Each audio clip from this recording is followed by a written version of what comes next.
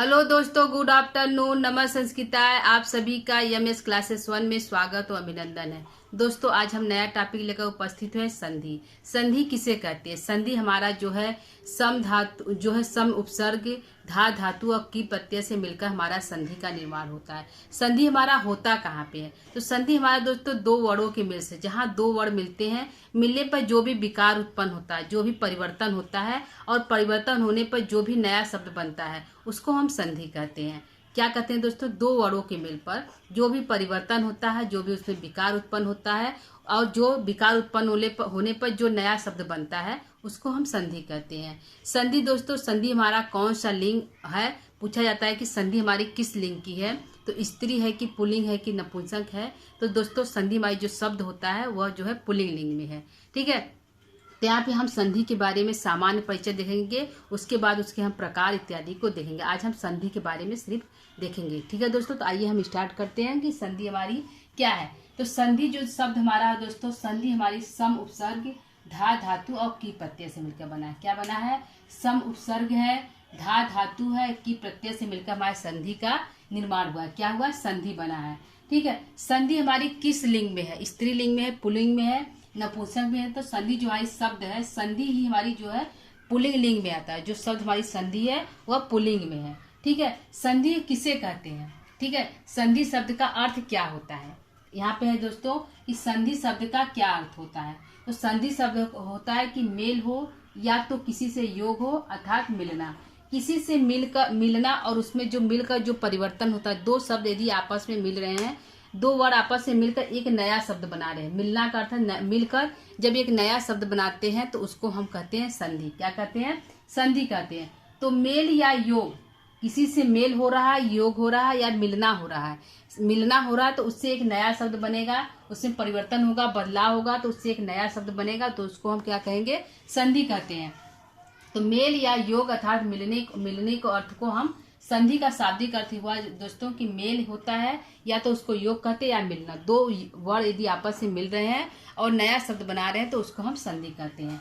ठीक है, तो संधि यहाँ पे है दोस्तों दिया है कि वर्णानाम परस्परम विकृतमत संधानम संधि, अर्थात वर्णों के आपस में जो विकार सहित क्या है? विकृतिम, जो विकार सहित मिलना, संधान मिलना संधि कहलाता है। क्या है? वर्णों के आपस में जो दो वर्ण है, जैसे अ आ है, यहाँ पे अ प्लस आ है, तो दो वर्ण यहाँ पे आपस में मिलते हैं। ठीक है दोस्तों, तो दो वर्णों के आपस में मिलकर जो विकार होता है, विकार सहित दो मिलते हैं, जो यहाँ पे विकार सहित मिलना, उसको हम संधि कहलाता है। क्या है? वर्णों के आपस में विकार सहित मिलना ही संधि कहलाता है। ठीक है, यहाँ विकृति जो शब्द हुआ, जो विकृति का अर्थ होता है वर्ण परिवर्तन, वर्णों में परिवर्तन हो जाता है। जैसे दो वर्ण है, जैसे हमारे यहाँ पे अ प्लस अ है, तो दोनों वर्ण मिलकर क्या बन जाते हैं? आ बन जाते हैं। ठीक है, तो यह जो दो शब्द मिलकर आ बन रहे हैं, तो यहाँ पे जो है वर्णों में क्या हो रहा है? परिवर्तन हो जा रहा है। क्या हो? तुरंत परिवर्तन होगा। ह्रस्व है तो दीर्घ हो जा रहा है। तो वर्णों में क्या है? विकृति क्या अर्थ होता है? वर्ण परिवर्तनम, वर्णों में परिवर्तन हो जा रहा है। ठीक है दोस्तों, तो यहाँ पे देखिए कैसे हुआ। जो संधि हमारा शब्द है दोस्तों, सम जो है सम उपसर्ग धा धातु की प्रत्यय से मिलकर संधि का निर्माण होता है। संधि हमारी जो शब्द है वह नित्य पुल्लिंग लिंग में है। क्या है? नित्य हमारी संधि जो शब्द है पुल्लिंग लिंग में होती है। संधि शब्द का अर्थ क्या होता है? तो मेल या योग अर्थात मिलना। किसी दो वर्णों के मिलने या योग हो रहा है या मिलना हो रहा है, तो उसको हम क्या कहते हैं? संधि कहते हैं। ठीक है, वर्णानाम परस्परम विकृतिमत संधानम संधि। विकृति का अर्थ होता है दोस्तों वर्ण परिवर्तन। ठीक है, वर्णों के आपस में विकार सहित, जब विकार सहित दोनों आपस में मिलते हैं तो उसको हम संधि कहते हैं।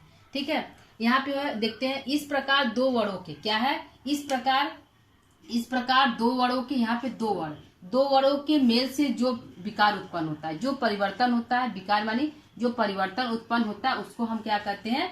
उसे हम क्या कहते हैं? संधि कहते हैं। ठीक है, जैसे हो गया दोस्तों रमेश का हमारा जो होता है रमाधन ईश, क्या होगा? रमेश का क्या होगा? रमाधन ईश।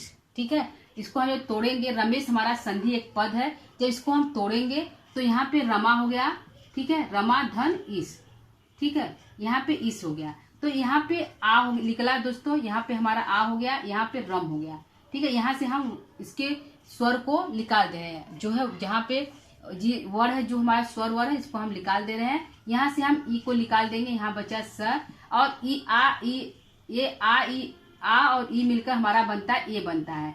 ठीक है, तो यहाँ पे जब ए बन गया तो यहाँ पे हम लिख लेंगे रम, रम, यहाँ पे रम है, रम में एक ही मात्रा लगा है रम, और यहाँ पे श हो गया, तो यहाँ हमारा हो गया रमेश। ठीक है, तो जैसे हमारा दो, इस प्रकार दो वर्डों के मेल से जो विकार हुआ, यहाँ दो वर्ड मिले, आपस में मिलकर एक परिवर्तन किया, तो रम धन स को रमेश कर दिया। तो ठीक है दोस्तों, तो यहाँ पे जो है दो विकार, दो शब्द अलग अलग है, रमा और ईश अलग है, दोनों आपस में यहाँ पे जो है संधि करके मिले, तो यहाँ पे हो गया हमारा रमेश। ठीक होगा, क्या हो गया दोस्तों, रमेश। तो यही पर यहाँ पे है कि इस प्रकार दो वर्ण के मेल से जो विकार या परिवर्तन उत्पन्न होता है उसको हम संधि कहते हैं। ठीक है, संधि हमारा कैसा होता है, तो संहिता, इसको हम संधि क्या कहते हैं, संहिता कहते हैं। संहिता किसे कहते हैं, संधि के लिए अनिवार्य तत्व है, उसको हम संहिता कहते हैं। क्या है, संधि के लिए अनिवार्य तत्व ही संहिता है। ठीक है, तत्व है वह संहिता है। क्या है दोस्तों, संधि के लिए जो अनिवार्य तत्व है उसी को हम क्या कहते हैं, संहिता कहते हैं। ठीक है, यहाँ पे सूत्र है एक हमारा दिया है कि पर सन्निकर्ष संहिता। ठीक है, दो वर्णों के पर माने परस्पर, सन्निकर्ष माने आपस में निकटता, सन्निकर्ष मतलब होता है निकटता, तो पर सन्निकर्ष संहिता, दो वर्णों का अत्यंत सन्निकट, बहुत अधिक निकटता को हो जाना ही संहिता होता है। संहिता किसे कहते हैं, दो वर्णों के आपस सन्निकटता। यहाँ पे देखिए दोस्तों, आ और ई दो हमारे वर्ण हैं, आपस में दोनों में संगीतता हुई, दोनों एक साथ आ गए, एक पास आ गए, पास आकर एक का निर्माण कर दिए, तो यहाँ पे दो जो है सन्निकट हो गए, आपस में क्या हो गए, दो वर्णों का अत्यंत सन्निकट माने आपस में हो जाना ही क्या कहलाता है, संहिता कहलाता है।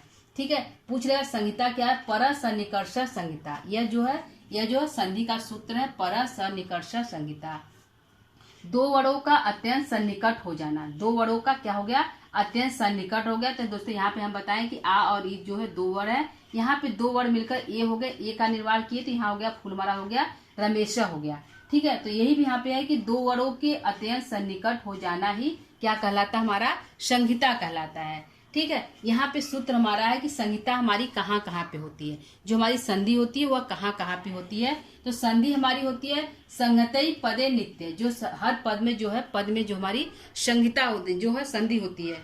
क्या है, नित्य जो है एक पद में नित्य होता है, संहिता जो है एक पद में नित्य होता है। क्या, संहिता एक पदई, एक ही पदई, संहिता एक पद में नित्य होता है।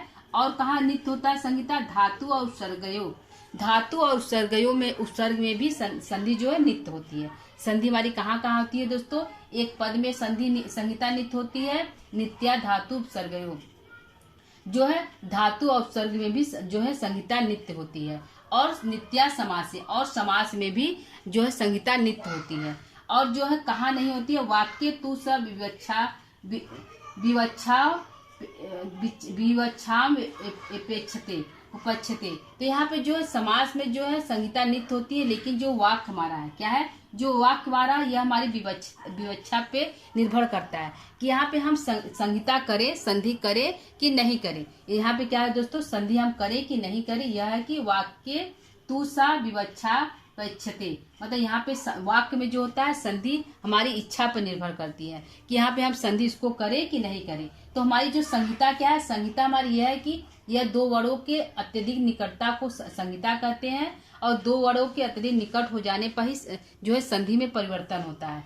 तो यहाँ पे जो हमारा कहा गया है कि संधि हमारी जो संहिता होती है वह कहाँ कहाँ पे होती है, तो संहिता दोस्तों हमारी संगतई पद में होती है, एक पद में हमारी संहिता नित्य होती है, धातु और उपसर्ग में भी संहिता नित्य होती है, धातु उपसर्गयों, धातु और उपसर्ग में भी संज्ञा नित्य होती है, और नित्या समास से, समास में भी जो है संहिता नित्य होती है। लेकिन जो वाक्य होता है उसमें हमारी संहिता नित्य नहीं होती है, वो हमारी इच्छा पर निर्भर करता है कि यहाँ पे हम संहिता करें, संधि करें कि संधि ना करें। ठीक है दोस्तों, तो यहाँ पे हो गया सामान्य जो है संधि का परिचय।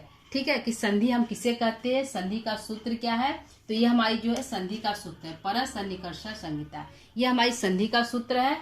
और जो है संधि किसे कहते हैं, संधि किस लिंग में है, संधि को किसे कहते हैं, दो वर्णों के मेल को संधि कहते हैं।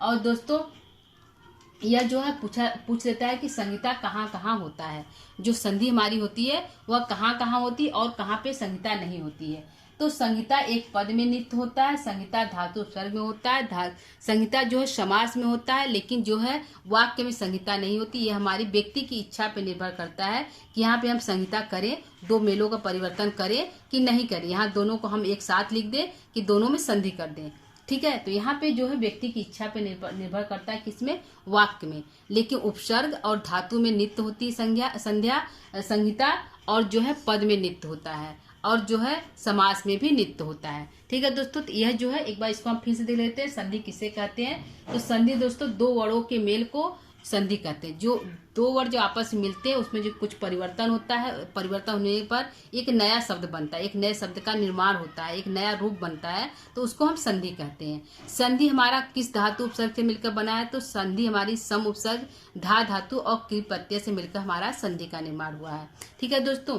और संधि में कौन सा लिंग है, तो संधि में नित्य पुल्लिंग लिंग है। क्या है उसमें, जो है संधि हमारी शब्द है उसमें पुल्लिंग लिंग है। और संधि हमारी जो है क्या है, तो दो वर्णों के मेल या योग से जो परिवर्तन होता है उसको हम संधि करते हैं, ठीक है। वर्ण मेल किससे होता है, वर्णों के मेल में होता है। जो वर्ण में परिवर्तन होता है वर्णों के मेल को हम संधि करते हैं, ठीक है। और जो है वर्णों के आपस में विकार सहित मिलना संधि कहलाता है। जैसे हमारा हो गया रमेश, रमेश में कैसे हुआ, रमा धन इस दो अलग अलग शब्द है, तो इसमें जो है आ और ई दोनों जो है वर्ण है, दोनों मिलकर एक नया परिवर्तन की, आ और ई मिलकर ए हो गए, तो रमाधन इसको रमेशा कर दिए, ठीक है। तो यहाँ पे जो हमारा दो वर्ण आपस में मिलकर एक नए शब्द का निर्माण किए, यानी कि रमेश का निर्माण कर दिए, ठीक है। और इसका संधि का हमारा पूछ लेगा संधि का सूत्र क्या है, ठीक है। संधि का सूत्र हमारा है दोस्तों पर सन्निकर्ष संहिता। पूछ लिया पर सन्निकर्ष संहिता क्या है, तो संधि का सूत्र है, ठीक है। और संधि हमारी कहाँ कहाँ पे होती है,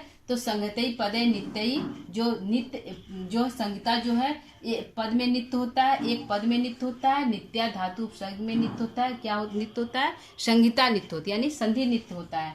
और समास में भी संधि होता है, लेकिन वाक्य में हमारी संधि नहीं होती है।